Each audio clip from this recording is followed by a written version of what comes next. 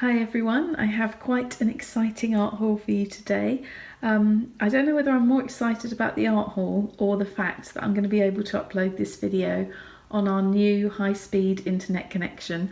We finally got fibre optic broadband. I can't actually believe I'm saying this because we have wanted this for so long. And the other day they finally came to connect us. The trench has been dug for absolutely ages. Poor Dominic had to dig a trench from the house to the road, and it was like about 150 metres, I think he said, and it took him ages to do. And so they finally came and they've laid the cable.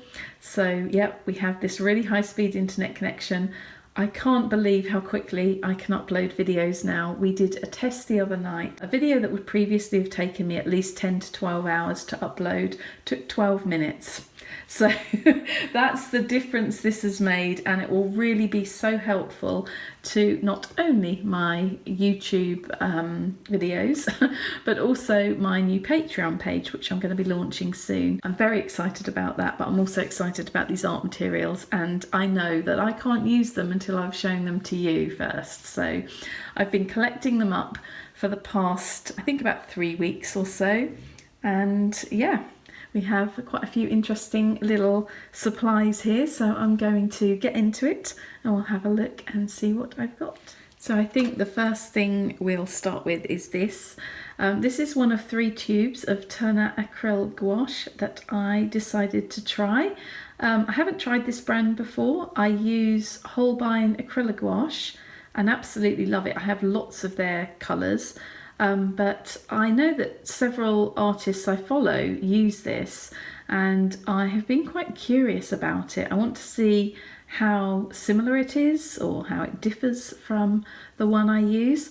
So I went on to Jackson's to have a look, and I got lured in by their incredible colour chart. They had so many amazing colours, but because I have a lot of the Holbein gouache, I decided that I would just get 3 colours, and one of them was this luminous rose. So it's a fluorescent pink, doesn't look fluorescent on camera. It doesn't look fluorescent at all, but trust me, this is super bright. This strip here looks super bright in real life. But yeah, it'd be interesting to see that swatched out, so we'll have a look at that later. I don't know how well it will actually come across on camera, but yeah, I'm really interested in trying these, so they could be a good addition to my Holbein acrylic gouache. If you've never heard of this type of gouache before, it's actually like a cross between acrylic and gouache. So it has some of the properties of each medium, and once it's dry, it can't be re-wet. So in that respect, it's like acrylic, but it has more of a gouache type texture, so it has a very matte look. It's brilliant for layering. This is why I really love using the Holbein acrylic gouache. It just suits my way of working because I like to work in lots of thin layers. You can create really interesting texture with it as well. The colours are amazing. So yeah, I will do a swatch of that so you can see what it looks like in a bit. So this little dot card here is something that Jackson's included in one of my orders as a little freebie. So I have 6 different colours of this Mayberry blue. I'm probably mispronouncing that. They're made in Italy. Gorgeous looking watercolours. I've heard good things about them. I haven't ever tried them. So it'll be interesting to swatch these later and we'll see what they're like. So in here I have 3 gouache colours from Winsor & Newton. This is their designer's gouache. I decided to get a Orange Lake Deep because I wanted a really bright orange, cadmium yellow pale because I wanted a good mixing yellow, and I got another tube of their indigo because the one I have is quite old. I've used quite a lot of it as well, and I really like this colour. So I decided to just get a new one of those as well. I really like this gouache. This obviously is the traditional type of gouache, so it can be re-wet. I'm using it a lot more just recently, really getting into using it again. So yeah, while I was using the colours I have, I kind of felt like it would be nice to have a good yellow like this and a bright orange. So they were two things that I didn't have. So yeah, I've decided to get those 3 colours. I'm actually on a self-imposed watercolour buying ban after this art haul. I've recently, in the past, I would say, I don't know, 6 months, 8 months, I've bought so many watercolours to build up my collection that I now just want to enjoy using the ones I have rather than buying more. So I think I have just one watercolour in here, and it's one I've wanted for ages, but Jackson's were out of stock. But you'll see what that is in a minute. One thing I haven't banned myself from buying are pens and pencils, because I'm doing a lot of sketchbook work just lately and I'm really getting into drawing in general. I used to be just a painter, really. I didn't ever really draw, apart from maybe like a thumbnail sketch every now and again, something really simple when I was planning out my paintings. But I wasn't into sketchbooking, I wasn't into drawing.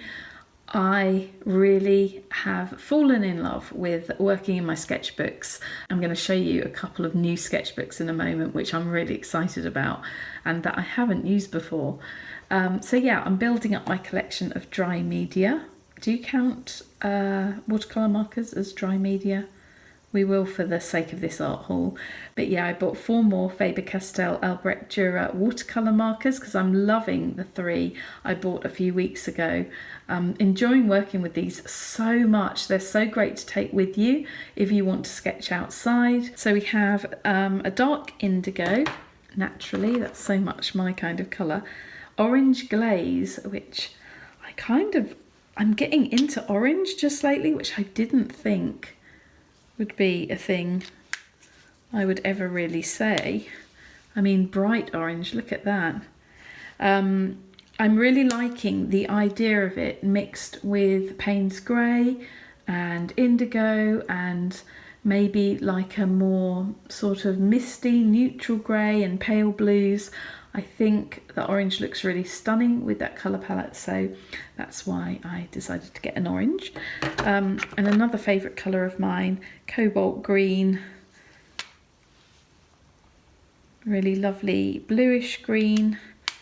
So that will be interesting to swatch that. It actually looks a lot more blue on camera. I can see on the screen. This is much more of a greenish colour.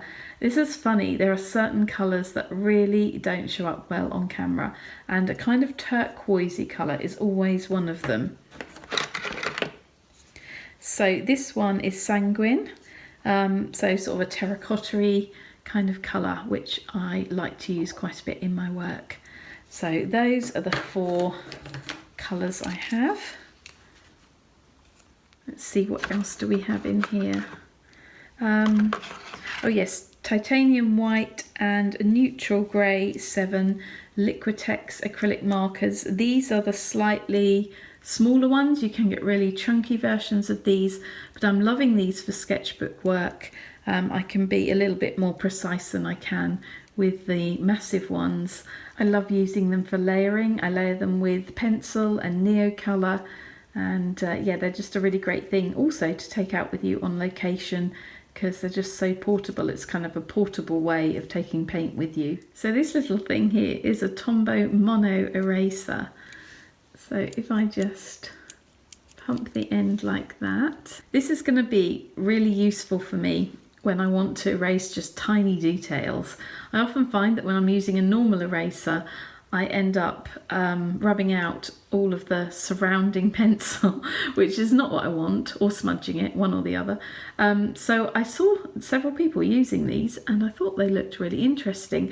I actually got this one from Amazon and it came with a couple of little refills as well. I was placing an order for something else and I saw that on there and just was tempted to get one. So we have a few pencils as well. I'm going to just get these ones from the bottom and add them. I think that's all the pencils. I've forgotten actually, what do we have in this? Oh, I do know. Yes, I do know what we have in there. We'll look at those in a moment. Sorry, I have to keep adjusting the lighting because it's somehow washing things out. I've got the filming light that side. I could really do with getting another filming light, I think, and having one either side. I only have one at the moment. So I have several pencils here. I think they're all colours I haven't used before. So we'll start with the Pith oil base. This is the Faber Castell Pith oil base. You may remember in my last art haul I decided to get the black versions of these. Someone told me try the sanguine, because you can hear the dog barking here. Try the sanguine because it's the most lovely colour for sketching. So I got one of those because I'm really enjoying using the other ones. I have 4 new Luminance pencils. You might be surprised by a couple of these colours because I don't usually use this like super bright, what do we call this, yellowish green. And I have a bright red, a permanent red. Very excited to use these. I'm expanding my colour palettes at the moment, and yeah, I have some ideas for how I'm going to use these, and I wanted a red that was just going to be like this pure bright super red, so I decided to get that one. So the other two colours are Dark Flesh 5%. I have the Dark Flesh 40%, so I really like using that. Thought I'd get the lighter version. And Primrose. I'm really having problems with the focusing today, but there you go, it looks like that. So adding to my Derwent Lightfast collection, I decided to get Wild Lavender, Basil and Pine, and also 2 more greens, one from the Holbein Artist Coloured Pencil range. This is Willow Green, and this was suggested to me by one of my subscribers. I have a few of their pencils now, really love using them. And one of my old favourites as well, the Faber-Castell Polychromos. This is Juniper Green, and I believe somebody told me to get this green as well. So in here we have another gouache paint. I'm not going to buy loads of gouache, by the way. I decided to just get a few colours to add to the ones I already have. Because I already have quite a few, I don't need very many. So I will be on, as I said, a watercolour buying ban. I may buy the odd gouache paint here and there, but I certainly won't be buying a lot. This one intrigued me, Delft Blue, and I didn't actually know that Schminke Horodam actually had a line of gouache. I mean, I use their watercolours all the time, love their watercolours, and didn't actually realise they did the gouache as well. So I was intrigued to find out more about this because when I was researching it, I saw that it had really good reviews. So this looks like a gorgeous colour too.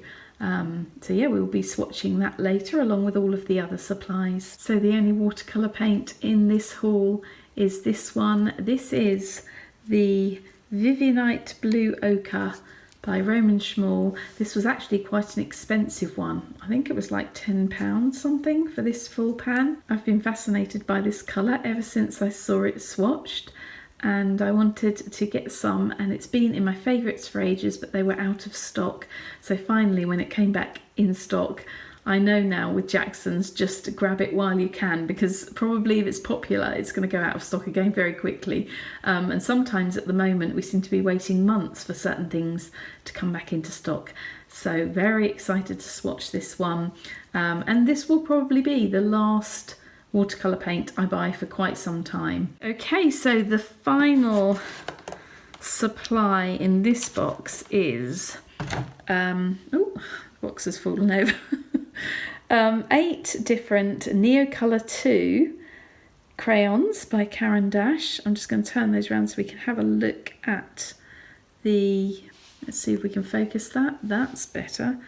We can have a look at the names of them so you can see the colours.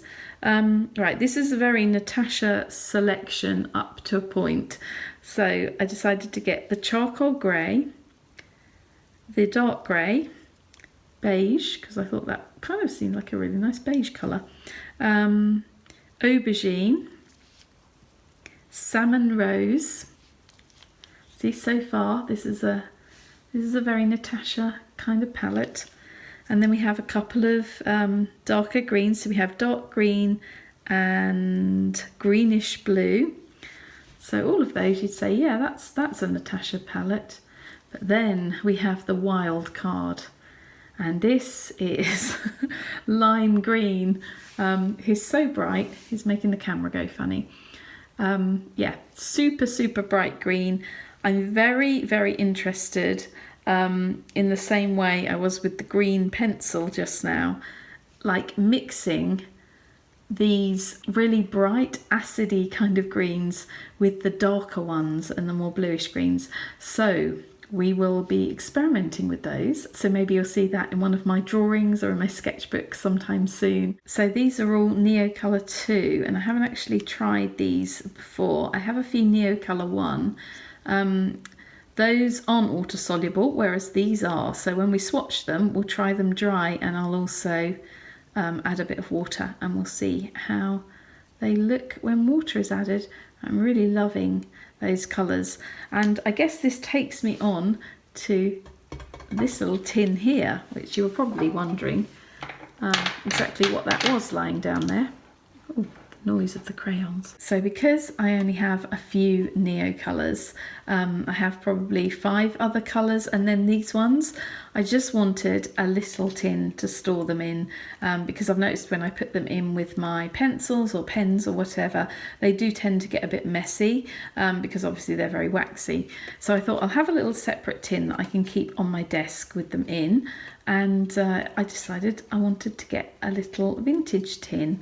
So I went on Etsy and I found this one, Creme de Menthe tin. I love that it says the sweetmeat par excellence for after dinner use, non-alcoholic. It's a really, really cute tin. Very, very old. I don't know the era it comes from. I could do some research, I guess. But yeah, I really like the look of this, and this seemed to be just the right size to keep them in. So yeah, that's kind of an unusual item in my art haul, but I really like to have some vintage things around in my studio. I don't like to buy everything new. I think buying vintage is like the ultimate sustainable way of buying as well, and it's really nice when things have a bit of history. So that's my little Neocolor tin. And finally here, before I show you the sketchbooks, we have 2 more Turner Acrylic Gouache. I decided to get Ivy Green and Permanent Orange, continuing my current love of greens and orange. So it'll be interesting to swatch those and see what they really look like. Oh yes, I meant to mention, oh, that made a horrible noise.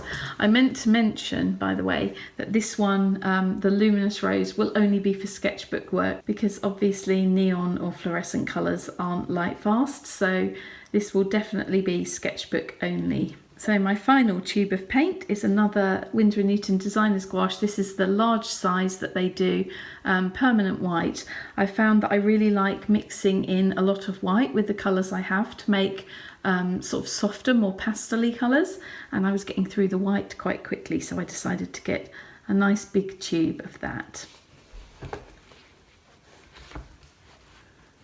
So I'm really, really excited about this.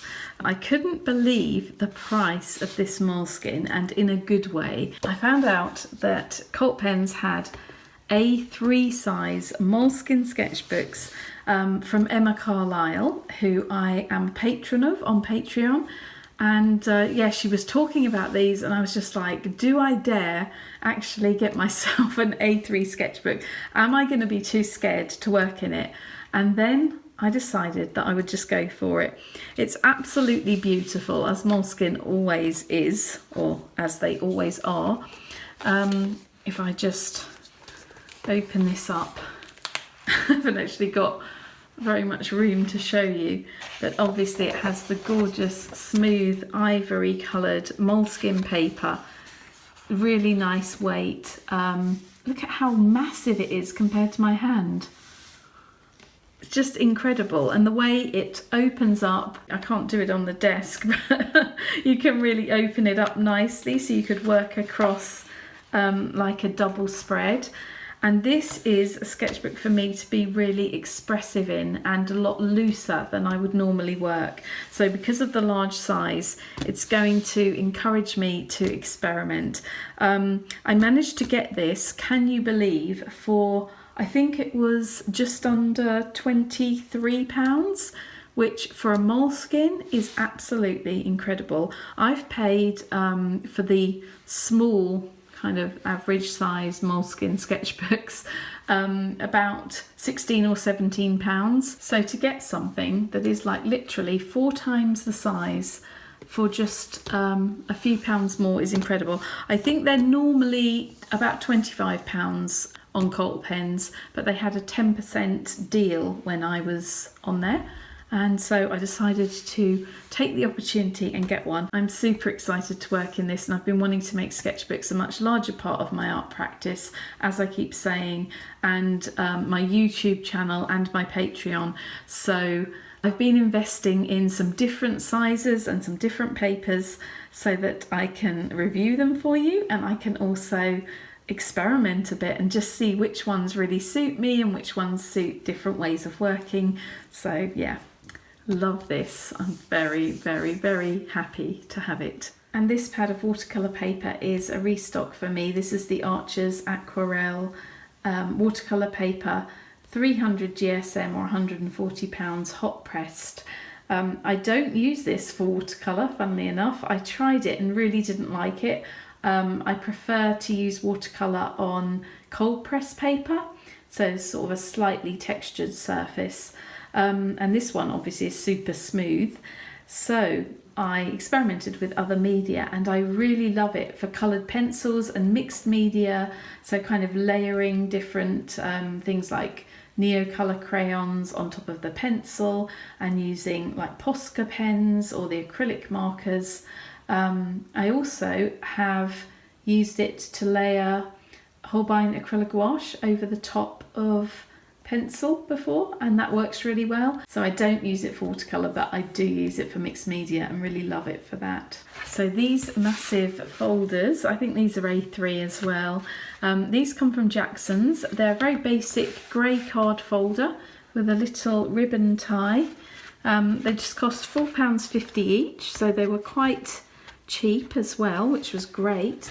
And I bought them so that I could just use them to store like finished drawings or paintings in, and also actually to store my watercolour paper. So I got 2 of them, and I usually, when I get my watercolour paper, it comes in fairly large sheets, and I tend to measure it out and cut it up into different sizes so that I've always got some paper to work on whenever inspiration strikes, so I don't have to kind of go to the large sheets and then cut the right size. I like to just have them there. So yeah, these will be used for storing my different sheets of watercolour paper, and yeah, I really like those. I think those are a good, very useful little buy for the studio. So finally, I have these 2 beautiful new sketchbooks from pithsupply.com. I've never ordered from them before, and in fact I think they're a new company. I believe they launched last year in 2020, and they're a very sustainable, eco-friendly company as well. I'm thinking of doing a video where I look at these sketchbooks more in depth, or maybe even a video about my sketchbooks in general, so you can see all of the different ones that I like to use. But these come wrapped. The pink one, by the way, was wrapped exactly the same as this one in this beautiful paper with a lovely sticker. And they've even been kind of finished, hand finished by, and then the person signs there. I don't want to open this one up as yet, because if I do a special video on them, I would actually like to have one where I open it up and you can see how they actually arrive. But they come with, each sketchbook came with this little packet of seeds to create your own desk meadow. And I believe they actually plant a tree for each sketchbook purchased as well, which is really lovely. I'm going to show you actually, let's just have a look at the one I did unwrap. So basically they're bound like this, so that they open, just move that along, they open out completely flat. Now I have some sketchbooks that open fairly flat, but look at this. It is actually just completely flat. So you can work across a double page spread, no problem whatsoever. The paper is really beautifully thick for sketchbook paper. I'm going to bring it closer so you can have a look. It's this slightly off-white, creamy kind of colour, which is really lovely. And it has a very, very slight texture, but it's pretty smooth. But you can get them in different colours. I decided to get pink, and I believe this one, you can see, it's like a grey colour, but I believe it was called taupe. They have a little pith tag at the bottom here. The attention to detail on these is just amazing. And the embossed Pith logo here. But they are just beautiful, beautiful sketchbooks. And I'm going to try my best not to be scared to work in them. I mean, they were not cheap, but they also weren't super expensive. I think for the quality of them, it really is money well spent. I believe each one of these cost, if I'm remembering correctly, I think it was $17.99 each. And as you can see, for the size of my hand, they're quite large as well. And you get a lot of paper in there. So these will last me quite some time. But I'm excited to actually use, I think these would probably take wet media as well if you weren't using too much water. But I'm going to give them a go and we'll find out. But they're so beautiful. They feel like such a special item. And I love the fact that the company seem so committed to being sustainable. So yes, it's pithsupply.com if you want to check them out. And yeah, that's the end of this art haul video. I think because it's turned into such a long one, what I'm going to do is swatch all of these gorgeous supplies in a separate video so we can really go in depth with those as well, and we can spend some time playing around with them and having a good swatch session. That's quite difficult to say actually, but yeah, I hope you enjoyed this. If you did, give it a thumbs up. If you haven't subscribed to my channel, perhaps consider subscribing. It would be lovely to have you. Yeah, and take care of yourselves, and I will see you again in the next video. Thanks for watching, everyone.